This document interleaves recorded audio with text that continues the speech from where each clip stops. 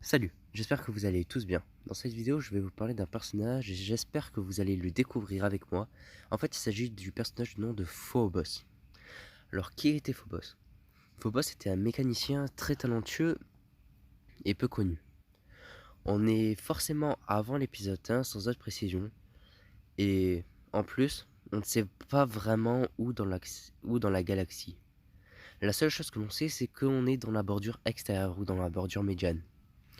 Mais donc ce mécanicien du nom de Phobos a une idée. Créer des courses de vaisseaux. Inspiré des courses de chars, Phobos se demande si c'est possible de remplacer ces pauvres animaux par des moteurs. Il crée une petite compétition avec cette idée en tête et il appelle ces chars des pods. Donc il crée une compétition de pods.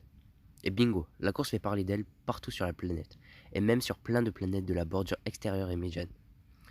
Après ceci, de nombreuses compétitions se font, de pods, surtout sur Tatooine et Malastar, là où une course porte le nom de Phobos. Ce sport est interdit dans les planètes dites civilisées, comme Coruscant. La popularité de ce sport dure longtemps, mais elle devient moins populaire lors de l'ère impériale. Même si la profession existe toujours, et il y a même des troopers qui font des paris sur quel pod va gagner. J'ai noté un fait drôle sur le prénom de Phobos. On dirait ce prénom qu'il est grec et ou italien de l'Antiquité. C'est tout à fait normal. En effet, c'est une référence à la Grèce antique, car ce sport est inspiré de courses de chars, sport inventé et réputé à Rome. Bref, revenons-y au pod.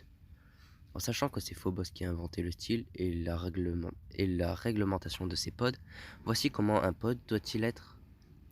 Alors le cockpit.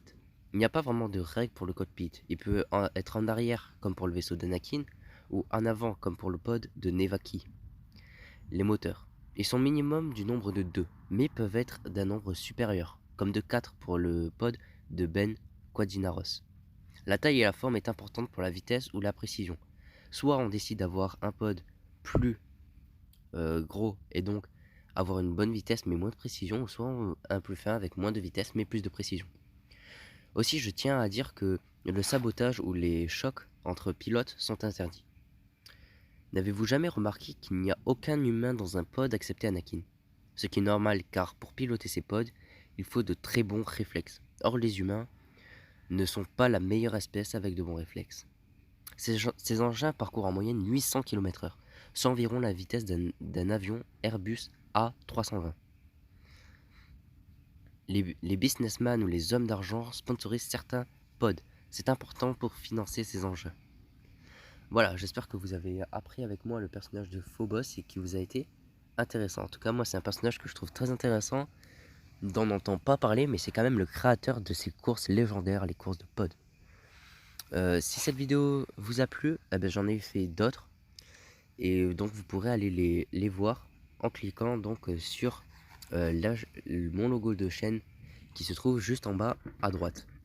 Voilà, du coup, merci d'avoir regardé cette vidéo et que la force est avec vous. À jamais.